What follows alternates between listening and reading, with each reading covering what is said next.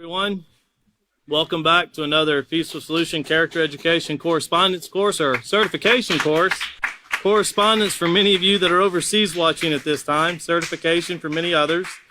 Everyone can be seated if you're standing. I know there's still a lot of people coming in. The rain comes and goes in Texas right now fairly quickly.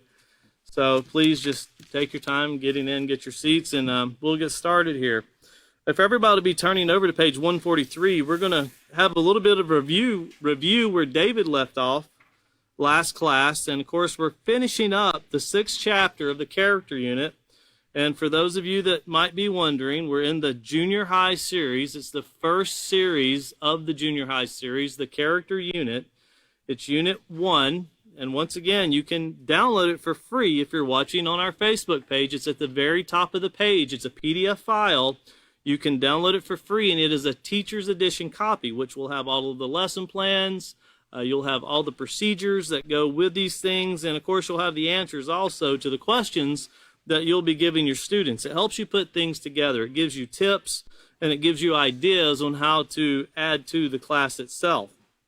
But on page 143, we're finishing up the What I Have Learned section of chapter 6, which is entitled, I Can Make a Difference. And we're building upon the chapters that came before that and just figuring out what character and personality was, and then talking about family life in general, and then learning how to become a very important person.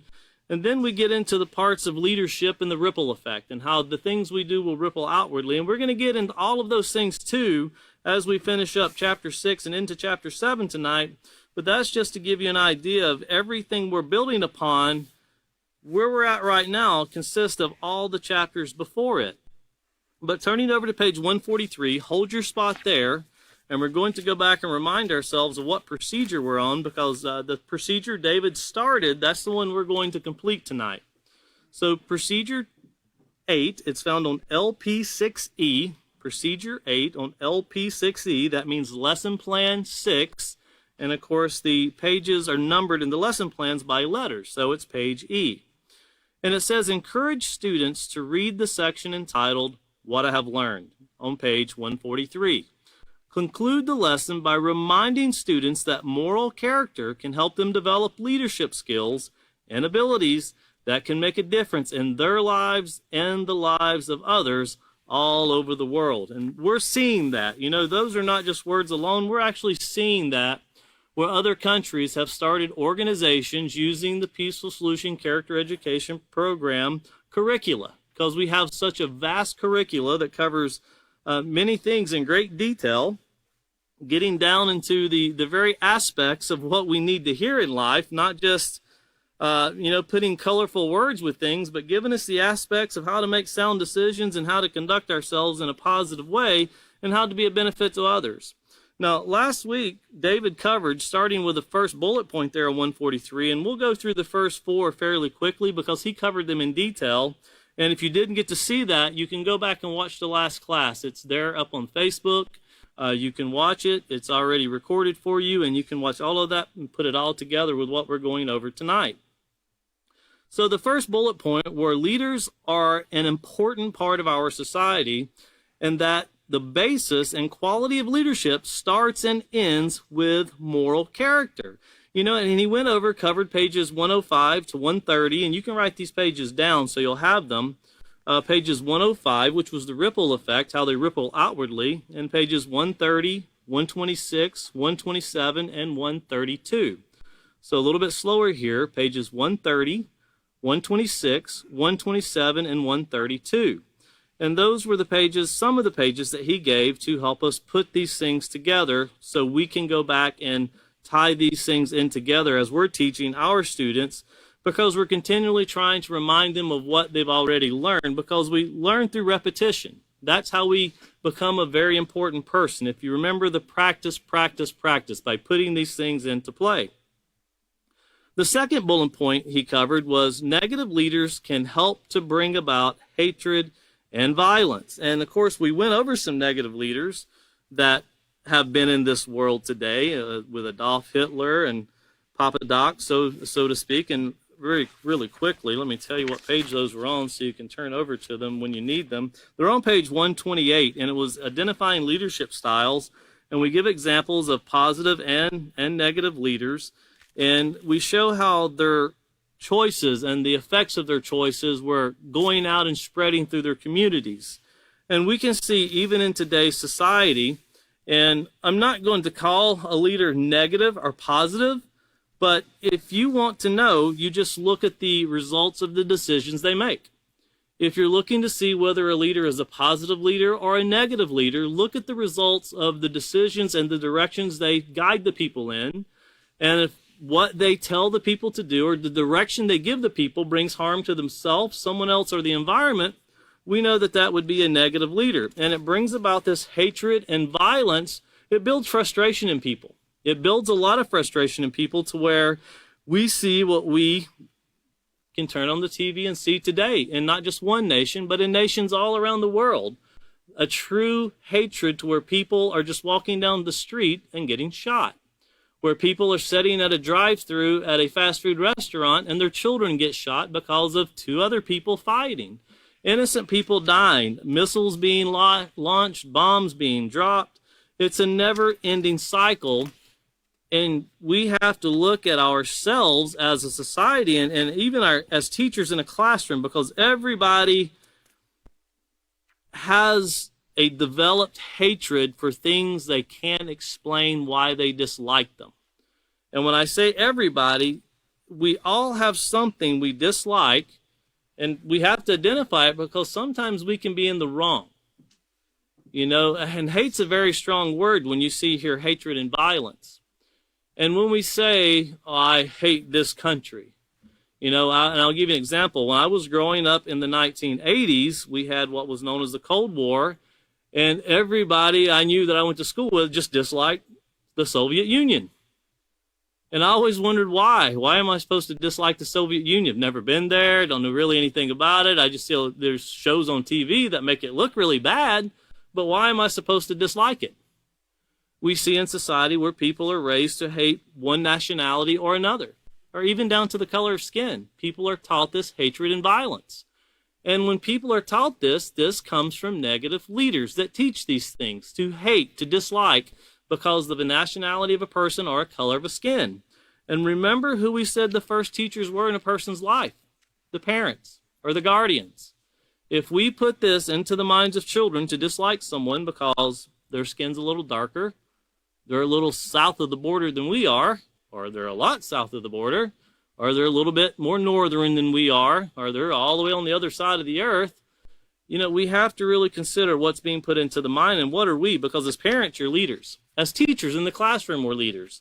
And many teachers are finding out that when the students come in with hatred and violence, it starts in the home 99% of the time. And sometimes it's not even the parents that are intentionally teaching the negativity, but it's, well, the video game does a lot of occupying the time. And I let them play it continually. Well, what game do they play? I don't know, but there's a lot of shooting and killing. The more they kill, the more points they score. You know, when you think about this, well, who's teaching who? What's being done? And if we think, well, I didn't teach my child to do these things.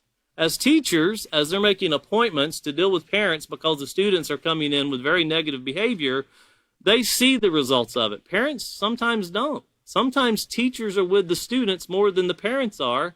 Student comes home to the parent's house. They go in their room and play video games until it's time to eat. And then they go back into their room again. Well, when they come to school, they're stuck in the classroom for 7, 8, 9 hours a day sometimes, depending on what school system they're in. That adds up to a lot of pressure. And parents always look and go, that can't be my child. My child's so well behaved. They come home, they go to their room, I never hear a word. Well, what are we teaching them by allowing them to do that? That's not always a positive thing. But notice here, David covered the third bullet point, and it says, on the other hand, positive moral leaders motivate and encourage others to do their best and to achieve positive goals without unfairly taking from or harming someone else. And that's giving encouragement. That's not stepping on somebody, you know, putting someone down so you can put yourself up. That's not something that's positive. That's always being very demeaning. You know, and a lot of times when people want to build themselves up, they do it by putting someone else down. And that's something that brings, that can bring a division between the best of friends. That can cause a lot of anger and hatred in itself between two people. And of course, he covered pages 129 and 132 in discussing about what we can do to actually help people make positive decisions and not treat people unfairly. And the fourth bullet point David covered, and this was the last one he covered, was everyone is capable of learning how to lead. A potential leader is first willing to be trained. And that's very important. Every person is capable of learning to lead. And a lot of people go, no, not me. I can't be a leader. If you're going to be a parent, you don't really have a choice. You can't have children and look at someone else and go, here, this is my child, now you lead them. Well, they can teach them, but they're going to have to send them back home. They're going to have to send them back to the parents. It's parents' responsibility. That's part of having a child, is being responsible and taking hold of the child and leading and guiding. Now, as parents, of course, we live in a very busy society and we need others to assist in teaching, and we want to trust them. We want to trust those teachers to guide and teach our children. But we as parents, we stand behind the teachers, those teaching the peaceful solution. We stand behind them. And then, of course, we have to reinforce. When I say reinforce, I mean stand behind. Because the peaceful solution doesn't teach bringing harm to a child. It doesn't teach, bringing any kind of an effect to a child's life that is damaging. It doesn't cause that at all. Now, there might be possibly some times to where you tell a child you need to go to your room and clean it before you eat supper. And of course the child, I'm starving to death. I'll never make it through the night. Well, that's fine. You still need to go clean your room and then you can have supper. I'll never get it done. Well, you'll know not to let your room be that dirty next time. But I'm sure you can clean it well enough to where you can come eat. Now, the children, you might just have, they're just starving me to death. They don't feed me. And if you're a parent, I'm sure you've heard that at least once, to where they're so dramatic, and then they come back up like 5 minutes later. Did you get it clean? Yeah, it's clean. 5 minutes, really? You argued for 10. You cleaned it up in 5. But not only have I seen that, I remember doing that when I was a child. It's just we didn't get to do it for that long. You got one comment in, and that was all was allowed. There was no more comments after that. You went and done it. But, it teaches responsibility. It teaches that everybody has to put forth their part into this family. And to be a leader, we must first, once again, learn to be willing to be trained so we can actually be guided and taught, because no one is a born leader. And we'll get into that as we move throughout the units, that people are trained to be leaders, but you're not born with all of these things. You're taught these things. And of course, hatred is the same way. You're not born to hate someone. You're taught to hate someone or something. So picking up here, after covering those points, we're going to get to the 5th point, and it's learning to be a positive leader can be achieved by combining my positive character traits with personality and skills. So if you could, turn over to page 130. Turn over to page 130 and this bullet point we're looking at here. And it picks right up off the bullet point before that. So looking down in the 2nd paragraph, because once again, as you're turning over there to page 130, looking at the 2nd paragraph, I'll read the bullet point one more time. And it says, learning to be a positive leader can be achieved. So it's a goal that's possible. It's not an unrealistic goal. It's a realistic goal. It's something we can do. And it can be done by combining positive character traits with personality and skills. So with personality and skills. And looking under here at the 2nd paragraph on page 130, and we just talked about how anyone can be a leader. They just have to be trained. The 2nd paragraph says, leading others requires character, personality, and skills. And remember what skills are. When you want to be great at something, children want to do things in society today. Everybody wants to be the all-star basketball player, football player, baseball player. And those are some of the examples to give, because children, young adults, especially in middle school and high school, that have these great ambitions of getting scholarships, well, what do when they want to be great at something? They practice, and they practice, and they practice, and they practice. Even when they're playing video games and they want to be great at the video game, what do? They practice, and they practice, and they practice. Well, depending on what you're practicing, you're going to get the results of what you practice. Well, here we're talking about being a positive leader. And we're talking about developing the character, the personality, and the skills to be a positive leader. And that requires practice and practice and more practice. Doesn't mean that we won't make mistakes. It just means we'll learn from them. So once again, leading others requires character, personality, and skills. But to be the very best, you must develop a positive character and a harmless and helpful personality. And that's exactly what teachers, when someone goes into the field of teaching, they do it not for the money, but for the desire to help others, for the desire to help people better themselves. And that's exactly what the Peaceful Solution was designed to do. When the author created this program and put it together, it was to be a tool that a teacher could use, along with the reading, writing, and arithmetic that is also very needed in life. But without character and knowing how to be a positive person, the rest of it doesn't really help you very much. Now, it goes on to say that you already know that you must maintain and develop a positive character on a daily basis. And once again, the maintaining, I remember David used a car and talked about changing the oil and maintaining the very basics that's needed to cause a car to run to its best ability. And then, of course, developing. We've referred to that as growing things, fruit trees, so to speak, we've gave examples of, where you have to nurture and take care of it. And you just don't neglect it. You have to continually make sure that it's growing, and that if there's anything wrong with it, if anything comes up that could hurt it, you treat that, you get rid of it, you do something to cause the negative effects to go away. And that can require a lot of work here. But we're talking about this maintaining and developing. So you're maintaining what you have and you're growing it. It's always growing. It's never a point to where it stops growing, because we live in a very advanced world to where technology today tends to be obsolete 15 years from now. But this maintaining and developing a positive character, notice, on a daily basis. So 7 days a week, 365 days a year, and you'll always have students go, so on leap year I can be negative one day, right? So always address that leap year deal. We have teachers that were born on that leap year day, and they remind me all the time of that. But students will, and when they do that, at least it lets you know they're paying attention. So always listen to these things for your students, because even sometimes when they'll make a sarcastic comment, at least they're listening, and you can keep working with them. It's the ones that you ask a question and they're like, what? That's when you got to go back and repeat again. Just say it over again, and they'll get it. Slowly but surely they'll get it.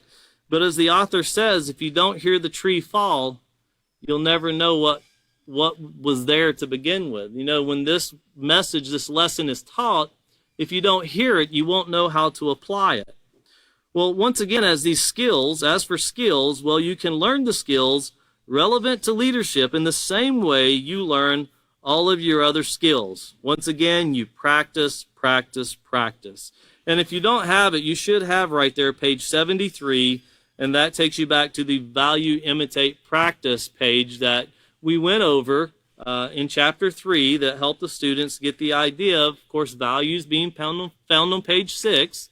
That's something you deem important. Well, most children, if you ask them, or young adults really, if you ask them at 16, what do you value right now most in life? They're going to say a car, because I can get my driver's license now. Would you know how to take care of a car? You get in it and you turn the key, and mom and dad put gas in it, and you just put it in drive and you go. Well, when I was 16, I kind of thought that was the way it worked too, until one day somebody brought me an oil filter and 5 quarts of oil and told me to change the oil. And I felt kind of ignorant, and there was no YouTube to go watch, so I drove it to school, and I asked the teacher that was teaching shop to show me how to change the oil. And when I got back home, the funny part was, my dad asked me, did you change the oil? Yeah, I had someone show me. Because I never said I wouldn't teach you. I just told you to get it done. You never asked. And I thought, well, that makes a lot of sense, didn't it? If I'd asked, you would have showed me.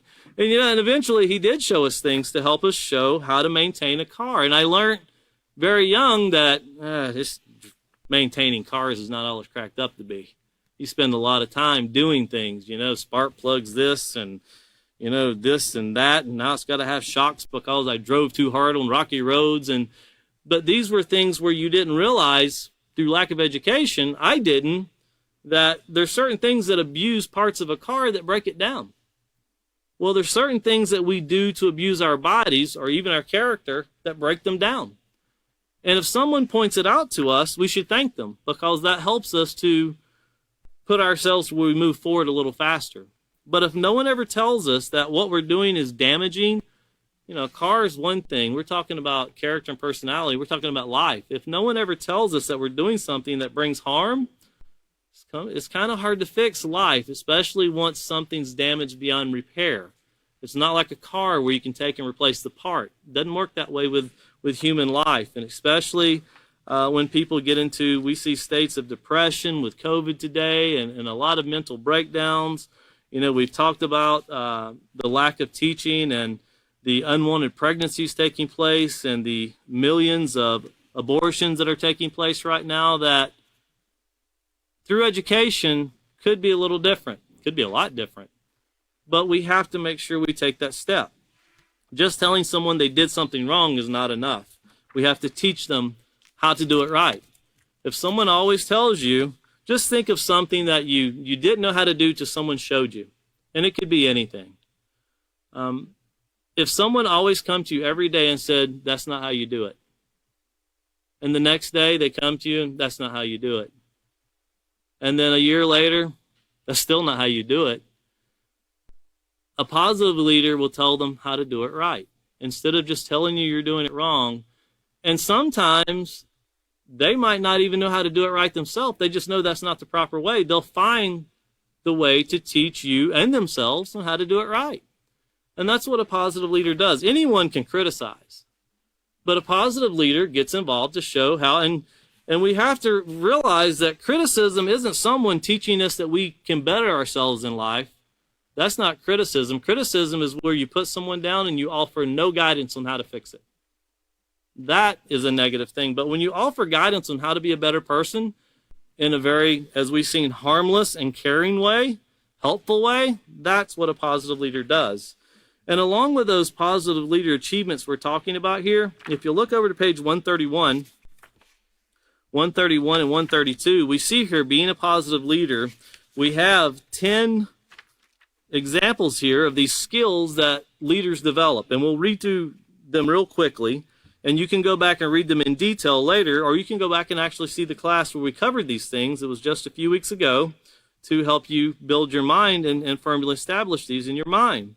But here at the very top of the page, it says, be a positive leader. And notice it says all positive leaders share specific qualities and skills. So this is something that identifies a positive leader. Everyone shares this. How many of these character traits and skills do you have? And this was a self-examination that we went through.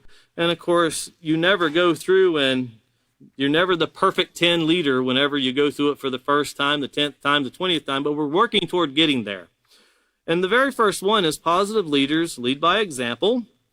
And of course, the second was positive leaders are respectful. And we went over what it means to be respectful, to show care, consideration, and concern. And we also talked about how respect is deserved. Everyone deserves respect. Respect is not something we earn. It's something that is deserved. Everybody deserves to be respected. And number 3 was positive leaders are responsible for their actions. They don't blame other people when things go wrong. They take the responsibility for what goes wrong and their part in it. And positive leaders, number 4, positive leaders are compassionate. Of course, showing compassion, working toward doing the things that are right and proper, and putting themselves, you can put empathetic in that, putting yourself in someone else's shoes. Watching someone who does something wrong and realizing they did it wrong, but did anyone ever show them to do it right? And I can tell you, one time I thought, I want to learn how to play a guitar. That's what I want to do. And I had somebody that was very patient in showing me. And I just didn't have the desire to put that much time into it. I thought I was going to sit down and you just show me how to play it and I'm done. I'm going to go home and play songs. No, it didn't work that way. And it's something that the person teaching was very compassionate, even to the point they looked and like, well, you're not going to learn to play in one night. It's going to take a lot of practice. And I thought, well, you only have 24 hours in a day. And you can only give so much time to so many things. And I'm already down to 4 hours of sleep at night, so I probably need to sleep some. And it became, I just don't have time for this. And that's part of realizing some things that even if you want to do them, just not might have time to do them. Because one thing you can't give up is studying to be a positive person, and going to classes and learning to do so. And as people are watching that are teachers to learn how to teach the peaceful solution, they've been through college. They've been through 12 years of school.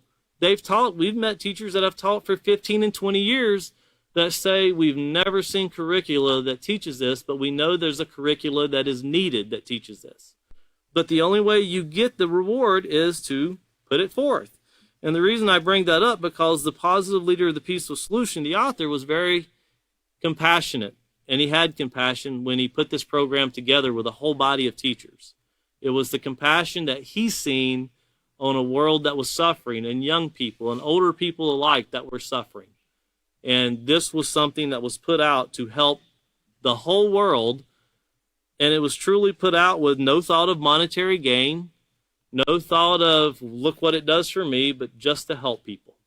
And that's why you can download those books for free. There's no charge for them. That's why if you call and request something from the Peaceful Solution, no matter what country you're in, we'll do our very best to get it to you as quickly as possible. So think about those things when you're thinking about the Peaceful Solution. If you need something, let us know. We'll be more than glad to help you. You can always contact us through our website or through the Facebook page you're watching on right now. But our website is www.peacefulsolution.org. And it's posted there in the information section of our Facebook page. So please always contact us and ask questions and see how we can help you. And then, of course, the fifth one here was positive leaders are diligent and steadfast. So they're very quick to get things done. They don't let it linger. If there's a problem, they work on it or they address it. And being steadfast, they stand on the positive parts of what needs to be done. Now, that doesn't mean you slam your foot down, and you don't realize that in training someone, like the person I gave the example teaching me how to play the guitar, it didn't sound too great when I did it. Sure sound nice when he did it, but when I did it, it didn't sound too great, and he was steadfast in his patience. Now, he could have picked it up. I've seen videos where guitar teachers finally just take the guitar from the person and beat it in the ground to save the guitar and the misery that's coming itself. That's not being very steadfast. As teachers of the Peaceful Solution, we have to be someone who realizes there's goals worth pursuing and we see those things through. It goes right along with being diligent. Also here in number 6, positive leaders are decisive. And this is knowing when you know what needs to be done, you get it done. You don't consider, well, this is not the proper way, but it'd be easier to do. No, a positive leader, even though it might be more difficult, even though it might take more time, they have the patience, the compassion to see it through, and you do it the right way. It's kind of like when you go to paint something and it needs to be primed first, and you're like, I don't really want to spend the time priming it. Or it says you're spray painting something and it says allow 2 to 3 hours for cure so you can put the next coat on. But you're 30 minutes later, you're spraying away again. Why? I didn't want to wait. Don't do it below 50 degrees. A little warm up sometime today. Don't do it when it's humid. If you've ever done wood before, and I know men and women both like to refinish things in their houses, you learn very quickly if you spray clear coat on something on a humid day, it turns very cloudy because all of that humidity gets into your finish. And you wonder, well, why?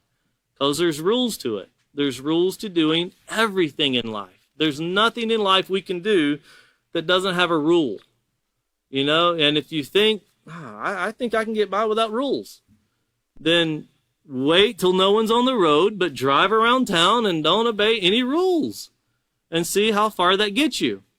You'll at least get a free meal in the morning and a warm bed tonight. That's guaranteed because they're going to arrest you for doing it. You just can't go do things like that. And we have to learn in society and think about this. And I say that in jest, don't ever do something like that, because think of how many people's lives are put in danger when people don't keep the rules. And of course, positive leaders are decisive, and I'm not saying narrow-minded, but you look in a very positive way. Positive leaders will listen to things, but they'll always stick to what is the right thing to do, and they're decisive in that way. In number 7, it says positive leaders are humble. And of course, that part of that, even a positive leader, it's not that a positive leader doesn't make mistakes. A positive leader will, of course, acknowledge when they're wrong also. And we're all wrong. At some time, we all do something that's wrong. It's not beyond us. We're human. Number 8 was positive leaders are assertive. Now, assertive, that goes along with being courageous. Doesn't mean forceful, because I know assertive can mean courageous, it can mean determined, but it can mean forceful also. And when I say forceful, that means the old saying that my teacher used to give us in the 11th grade was, come hell or high water, you're going to do what I say. And I never understood what that meant, but I understood that means we don't have a choice. But I didn't know what high water meant, and I still don't know what it means to this day, but it sounded pretty threatening back then. And they would throw books through the classroom too. So it wasn't a very positive thing. But being assertive means, you can, think of energizing somebody. You ever see someone that's down and you go to them, you try to build them up, you try to help them to understand, hey, we can get this done. Being courageous, taking hold of the challenge. Number 9, positive leaders are confident. And that confidence comes from doing what is right. Confidence comes from doing what is right and knowing what needs to be done. It doesn't mean proudful to where I never make a mistake and no one can correct me because I don't do anything wrong. That would be foolish. But confident is knowing that if you're doing something that's according to the rules, there's nothing to worry about. It'll all work out.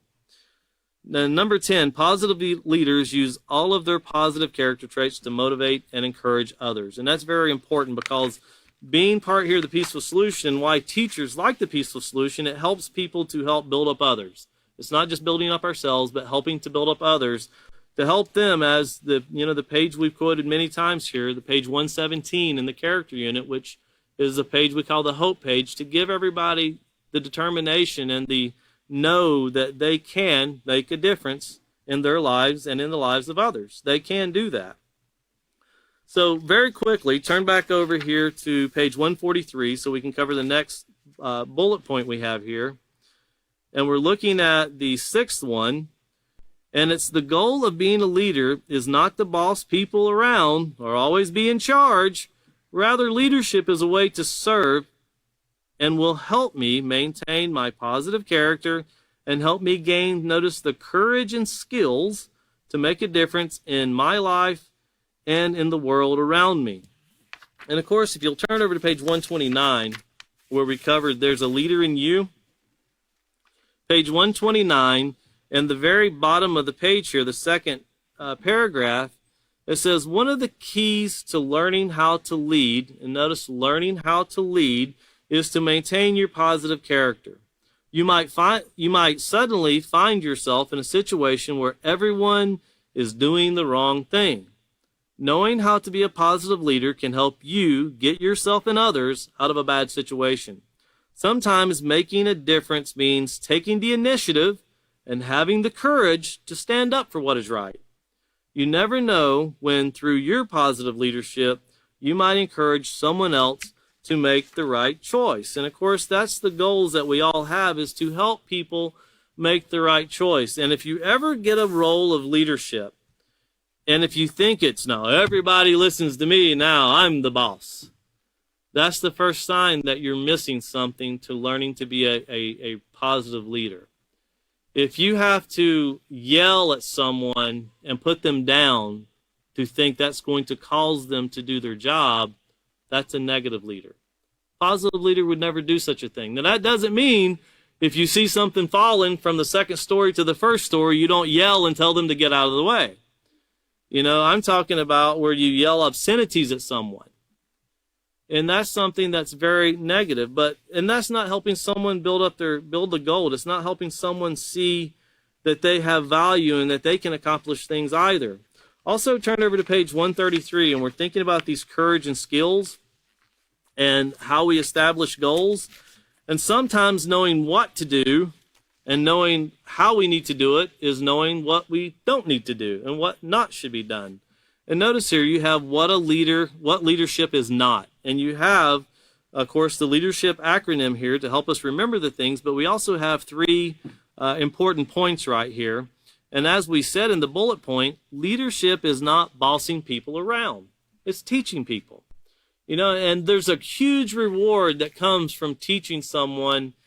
And it doesn't mean you have to teach them how to, you know, build a house, how to rebuild a motor in a car, how to be a beautician. It doesn't mean you have to teach them some kind of skill. Sometimes it's just teaching them that they can be a better person. They actually have the potential to improve themselves. They can actually make decisions that doesn't bring harm to themselves. There's a lot of times you'll deal with people that are bringing harm to themselves, self-harm. And we'll get into that later on in the units, but you can help them realize that's not something you should be doing, and this is something you can get past. But the first thing you have to do is not only see the value in yourself as a person, but the value of your life to society. If you only tell a person you're valuable, well, they only see the value if you show them what can they do to contribute to society or to other people's lives. We can all lock ourselves in a house and say we're valuable, but we don't really feel valuable unless we see the benefit we're bringing to others. And sometimes what one person considers to be a very small thing can be very huge to other people. You know, I thought about that in Abilene here. I was driving down the road the other day, and I seen we have a curb sweep machine now that's sweeping all the curbs. And I thought, man, what a waste of money.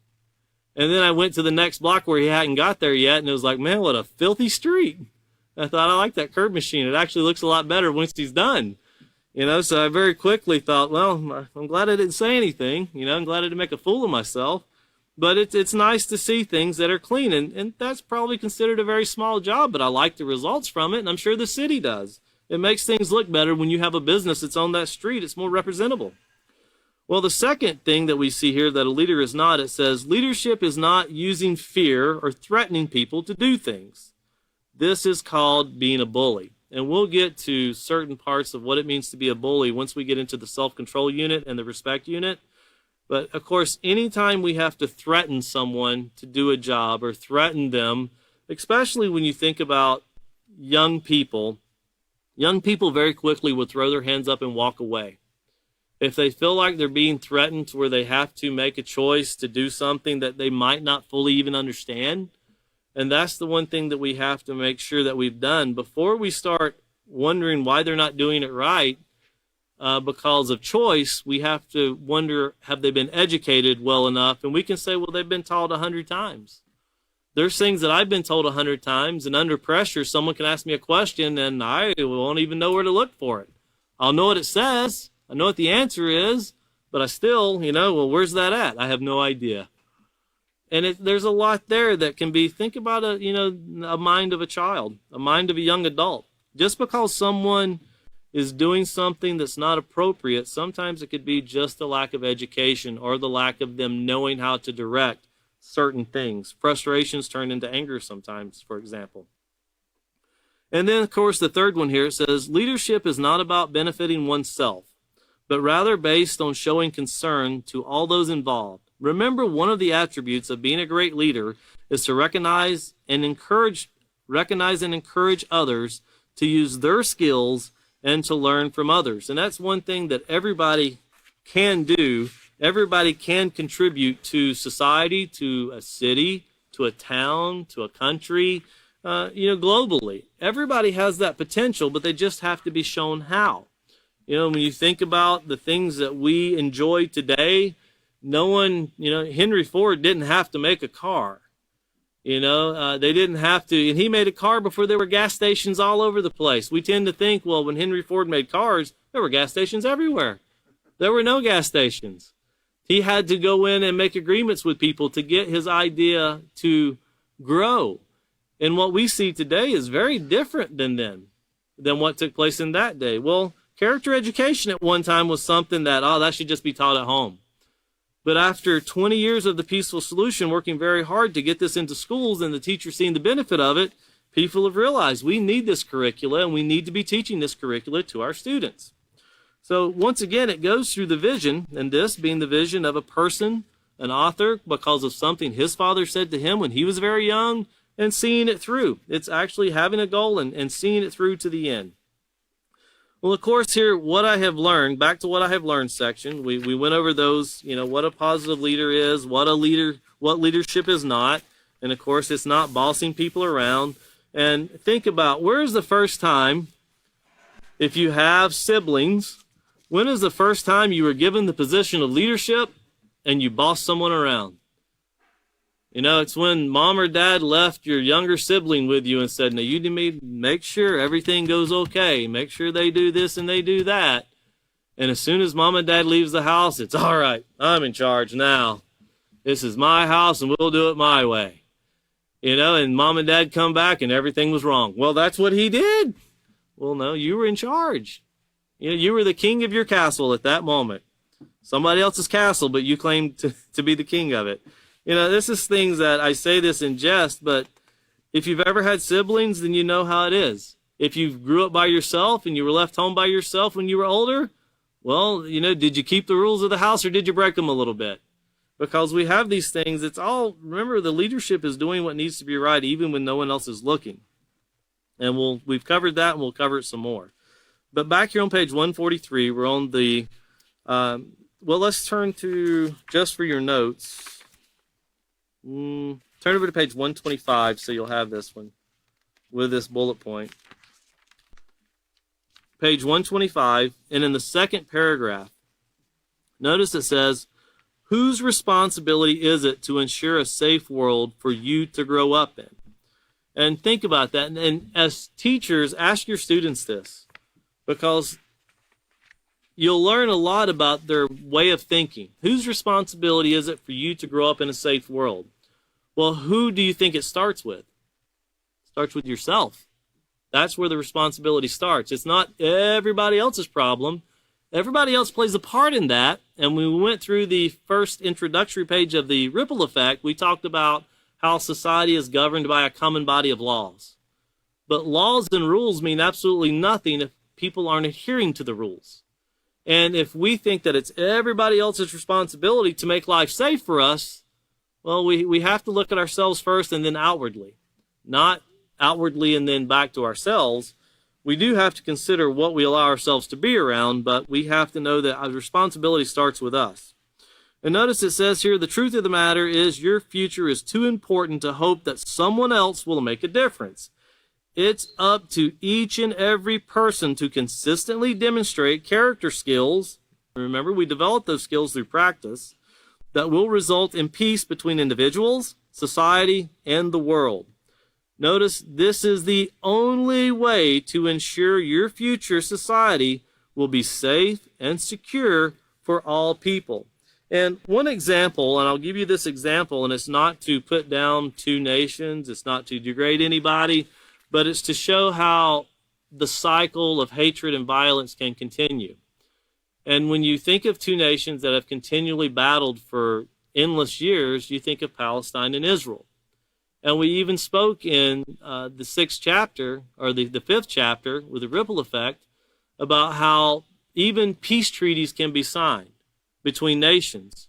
But when nations are taught to hate each other, and once again, hatred has to be taught, peace treaties, words alone will not bring the peace. You have to change the mindset, because responsibility starts with the individuals that live there.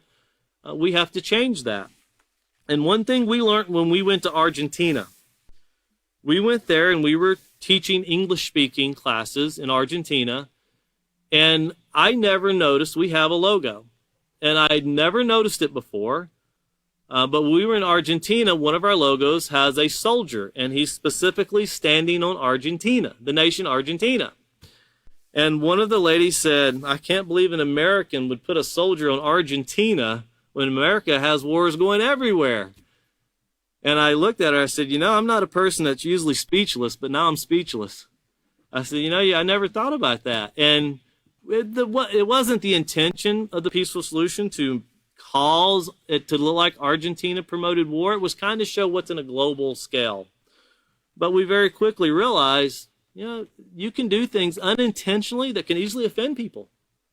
And we apologized, and we went back to using our other logo while we were there, because we didn't really want to, our intention was not to offend. And she was right. If you're going to put a logo like that on something, probably should put it on your nation that you're from.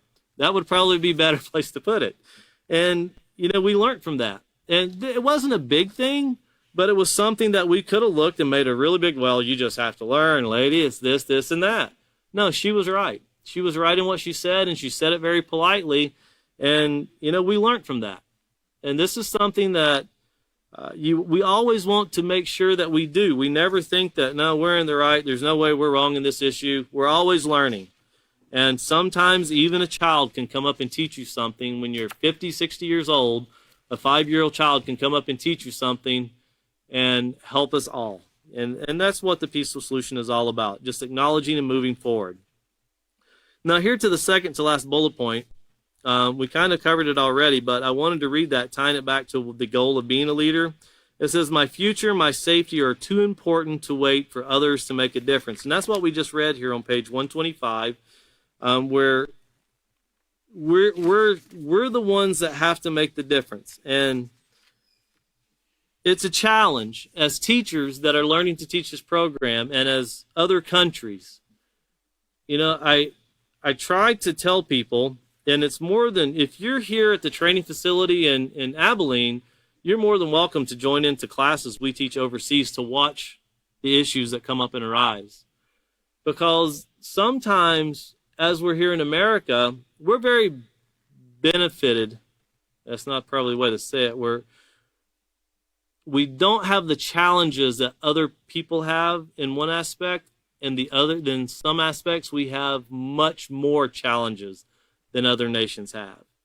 When you're teaching a country where you have cartel or you have terrorist groups, it is extremely difficult to get them to believe that we can make a difference when people are being murdered in very bizarre ways in their cities they live in.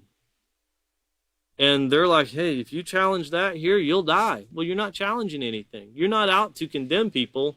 You're out to help people have a better life. You're not there to teach against a cartel or a terrorist organization. You're teaching people how to make better decisions. You're teaching people how to make your country better. You're not there to, you're not on a campaign to shut down drug cartel, avocado cartel. There is an avocado cartel that will do very bad things to you.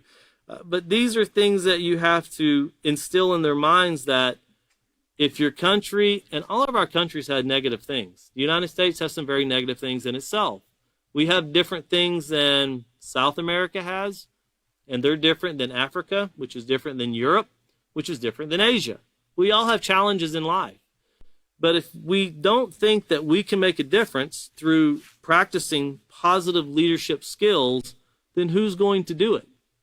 It's not a train that goes by and once it's safe, we'll get on. You have to actually build the tracks and build the train and get the train to come by first. We used to have a teacher that used to tell everybody to get on the peace train, because we had this huge group of motorhomes that would travel from school to school to school to school. And that was the slogan there, get on the peace train. But we were trying to take the initiative to do so. And we're still trying every day to take the initiative to take this to anywhere that someone wants to hear it. And many teachers do want to hear it and they want to use it. But even teachers will tell you, everything you have, I agree with. But getting the children to believe it, that's the greatest challenge. Yeah, and it's a challenge because of the competition you're up against. If you give a child a book to read, in the United States, well, what else do they have they can go do? Then they have the TV, and you only have, 150, 200 channels these days? If you can't find something on there, then you go play a video game. And how many video games do they have these days? Well, we have to get this future and safety. We have to get them to understand you do have to live with the decisions you make. And sadly, we have talked to young children, I say 14, 15, and 16, who they'll come and go, I understand that my future is based on my decisions. How? Because I have HPV. Because I have herpes. It's never going to go away. I have it forever. That's horrible when you hear someone that's 14 years old, 15 years old come tell you that. Or you're in a juvenile facility And they're sitting there going, I never thought I would be sitting here. And we went through this in Laredo, Texas. A young man, he goes, I never thought I'd be sitting here realizing I'm 15 years old and my life is gone. We didn't know what they did. He was just sharing with us. So I asked him, well, why do you think your life is gone? They're charging me with murder. I'm not going anywhere anytime soon. And he was right. He wasn't going anywhere anytime soon. But that one bad choice that he made, he's going to have to live with it. And I'm sure he's still living with it for many, many years to come. But he could have made a difference. And, I tell you, when you deal with children, especially teachers in schools, and when they're making bad choices, don't weigh the life of a person on one bad choice, because their future is not made on one decision. You can lose your whole future on one decision, but if someone does something that makes a negative choice and it could cost safety in the classroom, if it causes drastic harm, of course, that needs to be dealt with appropriate measures. But if someone does something and it could lead to something that's dangerous, well, explain it and show how it could lead to something that was severely dangerous, but don't treat it like the actual thing took place and now someone has suffered. Sometimes we can overburden a child's mind with consequences. And when I say that, if a child runs out into the street to get a ball, that's a very dangerous thing to do. Now, if they didn't get hit by a car, there's no use to sit there for the next 3 hours and tell them what occurs when they're hit by a car. There's nothing wrong with telling them what can take place and going through it thoroughly. But to, refer to a child as, well, you know how ignorant you are, ran right out in the street to get that ball, that's where a negative leader gets involved. And it could be, I just give that as an example, it could be anything. But, consider about this future and safety and how it's too important to wait. Saying that is one thing, getting a child to understand that and to believe it, that's where the challenge comes from to teachers. That's the challenge. And the last point here that was made in the 6th chapter is, I don't have to be an adult to be a leader. I can begin leading others now by encouraging them to obtain a positive character and to respect others through my example. If you turn over to page 129, that's where we see there's a leader in you. In the very first paragraph here, it says, of course, not everyone will become a government, community, or religious leader, but in every person's life, there is an opportunity to lead. Have you ever considered that your teacher is a leader? If your parents supervise others or are managers on the job, they too are leaders. You also might be called upon to be a leader. The fact is, leading others does not have an age limit. So regardless of how young or old you are, you can learn how to lead and value being a positive leader. Sooner or later, everyone is asked to lead in one way or another. You might be asked to lead a group project, or you might be chosen as a captain of a team, so be prepared. I can tell you, there was a school I recently visited this last week, and I went into this school, and there were, I think, 6 or 7 students. And, of course, the teacher of the school is a student of the Peaceful Solution. So this is someone that watches classes and has taken classes here in Abilene, and now they're teaching in a school themselves, teaching others in the country. And when I walked in, they introduced me to all of the students. And very quickly, they were asking questions. So I asked them something. Teach me something in Spanish, because I can't speak Spanish very well. And I had to have it translated. And I can't tell you how excited those children were to teach this American some Spanish. And they readily jumped up and they were all, teach me how to count to 10. And the thing that I thought was interesting was they had come up with a song that teaches you to count to 10 and then use the Peaceful Solution. And that's what they wanted to teach. And I thought that is a great thing, when they could have taught me anything. But when I came in, they wanted to teach me something out of the Peaceful Solution. And these are children that are 6, 7, and 8 years of age. And when you think about the inspiration that goes into that, here they have, if you've never been to other countries, a lot of people want to know what America's like. And I tell you, it's to the point, one of the children that they introduced to me, their name was America. That's what their parent named them. Because America is looked at as the the country where there's no problems. If you live here, you know it's not true. But when you live in other countries that don't have what America has, it looks a lot better. And it's like a lottery to them. You think that you've won the lottery and you think you've succeeded in doing so. But it was very interesting to see these children so quickly. And I thought they could have taught me anything about Mexico, anything about this country. But they wanted to teach the peaceful solution. And that's when you know that there's success being done, when children are very quickly wanting to do that. Absolutely. So we're going to finish chapter 6 here, and very quickly we're going to go to the note to the teacher to chapter 7, because chapter 7 is going to put together all that we've learned in this book so far. And there's a wealth of knowledge that we've went through so far. And then, of course, the teacher in the next class is going to cover exactly what this chapter is leading up to. And you'll see that the 7th chapter puts everything together in the first 6 chapters, and that's what it does. So starting here on page LP7A, so that's lesson plan 7, and it's the first page of the lesson plan, and it's gray tab, so you'll be able to recognize the lesson plans once again. And it says, note to the teacher, and this is, once again, it's only in the teacher's manuals. Your students won't see this, but this is a note to the teacher to prepare not just the teacher, but this is information to also give to the students when you're guiding them into the introduction of the lesson itself. And it says, we live in a goal-oriented society where children are taught from an early age to have some perception of what they want to be when they enter into the adult world. The more prestigious the future occupation, the more we as adults look forward to the outcome. You know, prestigious is something of high status. And that's usually in society in America is measured by money these days. If you want to know if your job has high status, they measure, well, how much money you make. If you don't make much money, it's considered low status. Even though the jobs that pay the least are the ones that benefit society the most, it seems sometimes. So that's a very prestigious job. If you're benefiting society, you have a very prestigious job.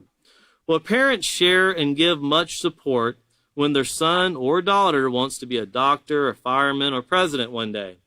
But how often do we impress upon our children the need to make moral character as much a part of their future as a prestigious career?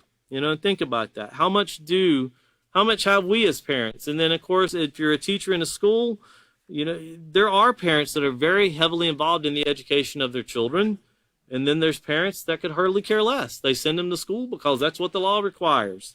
And that's why they do it. And some people use it as a babysitter. They could hardly care about the education. Well, that's what a teacher has to deal with. And you, as teachers, you don't have to tell the teacher that's doing this full time it's something they have to deal with. They're very well aware of it. But we're helping them to get through this. So notice here it says in the final chapter, students will gain an appreciation of the importance of maintaining moral character in order to have a successful future and how to maintain a positive character in order to avoid risk-taking behaviors and other negative consequences. And of course, a risk-taking behavior is anything that can bring harm to yourself, someone else, or the environment. And once again, there's never a positive thing talking to a young person that's telling you how they know they have an infection in their body that's going to last them a lifetime. You know, if you've never had to hear a young person tell you that, I tell you, you can feel it in the deepest part of your stomach when you see the hurt and when they're sitting there going, no one ever told me. And you think, well, everybody should know. You only know what you're taught. And if you're never taught, you don't know. And that's the sad part in society. And that's why the peaceful solution will address the very hard topics that a lot of people won't talk about, STDs and abortions and so forth. Because we know that these are decisions that have finality to them, but you can make a different decision. We can make a different decision. Well, the last paragraph here, it says, as role models and educators, we have an awesome opportunity to play an integral role in shaping and molding tomorrow's parents and leaders. And that's literally what we're doing. We're either going to shape and mold or we're going to neglect it. And remember, it starts with us. A safe, peaceful society starts with us. The Peaceful Solution Character Education Program hopes to instill within the mind of each and every child, and that's our goal, that's our hope, is to instill within the mind of each and every child that the single most important goal they can achieve now and in the future is to develop and maintain a positive moral character that will not only benefit them benefit their lifetime, but that of future generations to come. You know, because you can be a doctor, a fireman. If you look in the news, you can be a politician. And due to immorality, you can lose everything off of a bad choice. You know, firemen, anybody. They can be very positive people, but without morality, you lose your job very quickly. So that's going to close our class for this week. This coming Wednesday, let me give you the exact date. Class will be at 5:30, and the date will be, I thought one of these young guys would have it for me. The 26th. It will be on the 26th. So the 26th at 5:30, and we'll join back with Benjamin will be with us, and we will continue in chapter 7. Once again, thank you for joining us.